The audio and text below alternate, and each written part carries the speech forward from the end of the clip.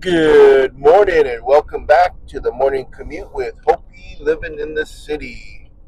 It is a beautiful Tuesday morning and it is a cool 58 degrees outside. I am having some Pikes Peak cafe and wondering where I put my mail key. I was going to check the mail this morning and it's not where I usually keep it. I think I put it inside because I had to take off the hitch this weekend because we parked the truck in the garage after the concert or after the show. That way we didn't have to unload everything and they can take everything the next day. So yeah, I think I put it on the entry table. I was going to check my son's 1098 as well because I think he's got another tuition bill that's coming up. And I thought we paid everything last year, but I gotta check that out today. Hope everyone's doing well. It is getting a little closer to the 5:40 mark, and let's go see what's going on the local news, local and national news. You're gonna fund yourself. There's no way I can afford implants. My gosh, they're so expensive. Well, the market was hopping. 23-year-old Leola Went has a table where she sells wall and door decorations for good luck in the new year. It's the most important day on the calendar, she says. Decorations are a tradition and sales have been good, but the market's not normally this bustling. She says her mom has a stall across the way selling vegetables year-round, and demand has been soft. Wheat consumption has indeed been a huge problem for the Chinese economy, which never quite bounced back the way many expected after the authorities dropped stifling COVID rules more than 2 years ago. The government says GDP growth hit its target last year anyway, expanding by 5%, but people like 36-year-old Sung Jun say it doesn't feel like it. The economic situation here is, how can I put it, just so-so. The overall environment is bad. Zhang is a partner in a company that makes novelty ice cream bars. They're shaped like local landmarks and sold to tourists. He says revenue fell by 30 to 40% in 2024 from the year before. Most people just don't have money in their wallets. They're conservative with their spending. I am too. I watch what I have in my wallet. In the fall, the government rolled out a string of support measures, cutting interest rates, propping up the stock market, loosening rules around real estate. It also introduced trade-in subsidies for appliances and later consumer electronics. This incentivized 28-year-old Wen Hao, a teacher in the northern city of Tianjin. 这个国家补贴给了上限是500，就都用上了吧。Wen says the subsidy got him more than 8% off an iPhone 16. It came at the right time for him, but he warns these targeted subsidies probably aren't the game changer. 没必要买的东西呢，他也不会因为有了这样的一个优惠而再去选择额外的一个消费。People will use them to buy what they need, he says, but no one's going to buy something they don't need because it's subsidies. Arthur Kroger, head of research firm Gabcal Dragonomics, says the policy support has helped a little. But it's not like we're back to boom times by any stretch of the imagination. That's primarily because China hasn't really addressed deflation, which is a problem, he says. Prices have been falling for nearly 2 years in the world's second largest economy. And you get into the spiral of people not spending money, emphasis on not investing, and it can be very difficult to get out of that. New tariffs from the Trump administration could make matters worse. Back at the market in Kunming, Wang Yiming sells coffee at a temporary stall to fortify shoppers against the cold. He used to run a cafe, closed it about a month ago because he couldn't make rent. I asked him how he feels about the prospect of a trade war heating up with the United States. He says he likes Donald Trump, but a trade war would not be good. 500亿，500亿。He says it'll be ordinary people like him in China and in the United States pay the price. John Rubich, NPR News. In phase of Queen Creek's new Vineyard and Town Center will be finished this year, according to management company Vestar. During construction, McDonald's, Cafe Rio, Academy Bank, and other businesses have moved into that center. The 260,000 square foot center is located at Gansel and Combs Roads. Taking a look at the futures, we're down on the Dow, 77 points as we head into the market opening at about 7:30 this morning. S&P though up 1, and the Nasdaq futures are up 43. You can go to KTAR for the latest business news. KTAR.com. KTAR News Flash. At 5:45, That's hot. right now, protesters in Phoenix joining thousands nationwide in retaliation against the Trump administration's immigration policies. Last night, at least 2 protesters went through several major parts of downtown Phoenix. Arizona Attorney General Chris Mays joining other AGs in warning federal workers to wait before accepting any buyout offers from the Trump administration. The offer would pay workers through September for leaving their positions. The Trump administration and billionaire Elon Musk have moved to dismantle the U.S. Agency for International Development, known as USAID, which provides humanitarian assistance around the world. USAID spends about $43 billion a year, about 1% of the federal budget. All of our top stories are just 15 minutes away. For more news, go to KTAR.com or the KTAR News app.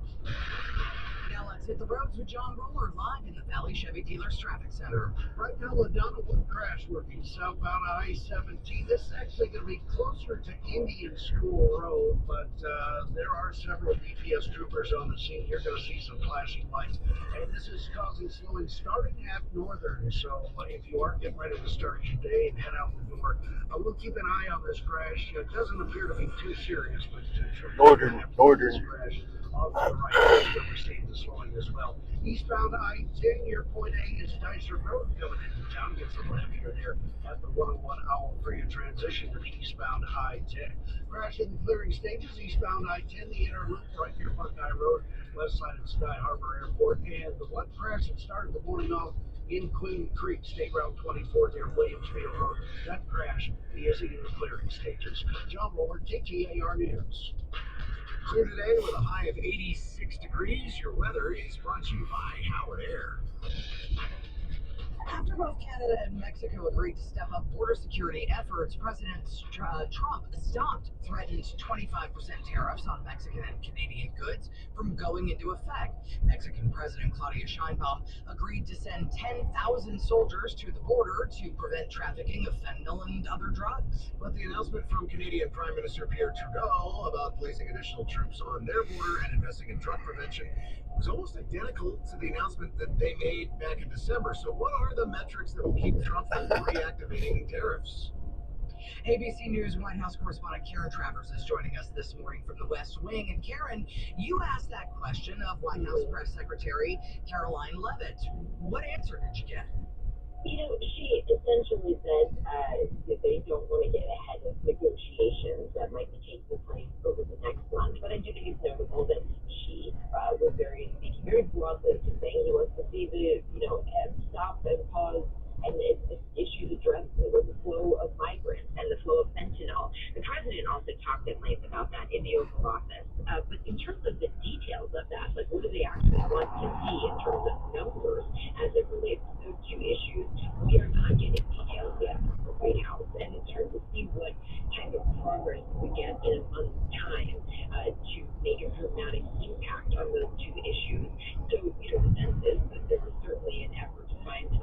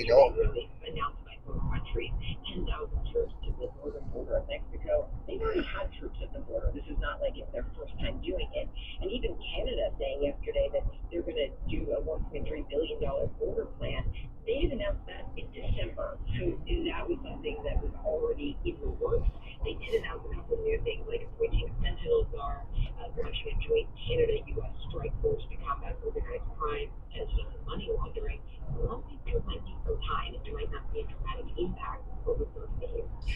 According to U.S. Customs and Border Protection, only about 1% of the fentanyl that is flowed into this country comes from the Canadian border, and the vast majority comes in from the southern border. So I guess this is really incumbent on Mexico to stop this, as opposed to. Do they need to appoint a fentanyl czar? Is that one of the things that the Trump administration is asking for? I think the two countries are in different negotiations, and this is where the Canadians, as they said over the weekend, were perplexed that this was something being targeted on them right now, and why these tariffs would be aimed at them on the issue of fentanyl and migrants, because that's not the same problem as the border. As you mentioned, U.S. officials say that 43 pounds of fentanyl were seized at the northern border last year, compared to the 21,000 that was seized at the southern border. It's a significant difference. So to say like both countries have to get this under control, it's a very different scenario for the Canadians, and in terms of like what they could do to show the United States some impact, again, questionable. So I think the Canadians were very perplexed with the word they used during an interview with ABC about why these tariffs would be used to push them on such an issue much further out of the southern border. Now let's talk a little bit about China, because those tariffs did go into effect overnight. And what path has the president given the Chinese to get these dropped? Not really much. They put them in effect last night, and there wasn't a conversation with China yesterday. The tariff went into effect at midnight. Beijing was surprised retaliated quickly with tariffs on coal, natural gas, crude oil, restaurants, and machinery. The president is expected to meet China's President Xi at some point in the next couple of days. It's not clear if that conversation will happen before the Chinese tariffs actually go into effect. All right, that is ABC News White House correspondent Karen Travers joining us this morning from Washington. Coming up, Elon Musk and the Trump administration eyeing U.S. aid to foreign countries. Right now, here is John Roller with another update for you from the Valley Chevy Dealers Traffic Center. Thank you, Jim. Let's get right to it. We've got one crash causing slowing right now southbound I-17. This is right near Indian School Road. This is also affecting the on-ramp there at Indian School Road to the southbound I-17. This crash is partially blocking the right lanes. It is still dark out, so your slowing starts at Northern Avenue. Coming southbound on the 17, about an extra 3 to 5 minutes if you're just rolling down the highway. Eastbound I-10, pretty normal slowing. 107th Avenue is where it gets a little heavy here, right at the transition of the 101 to point 8. Is nicer light slowing there coming in from the West Valley. Eastbound I-10 crash through, hanging around right near Buckeye. It is off to the right in the interloop there. In that earlier crash, State Route 24 at Williamsfield Road, that is cleared away. John over KTAR News. We're looking for clear skies today with a high of 86 degrees. Tomorrow we drop back down to 79, but you know what? Better than that. Weather brought to you by Howard Air. Weather replace or repair, call Howard Air. KTAR News Time is 5:50. Jim Sharp here. I got a lot of reasons that you want to choose Gleason Roofing.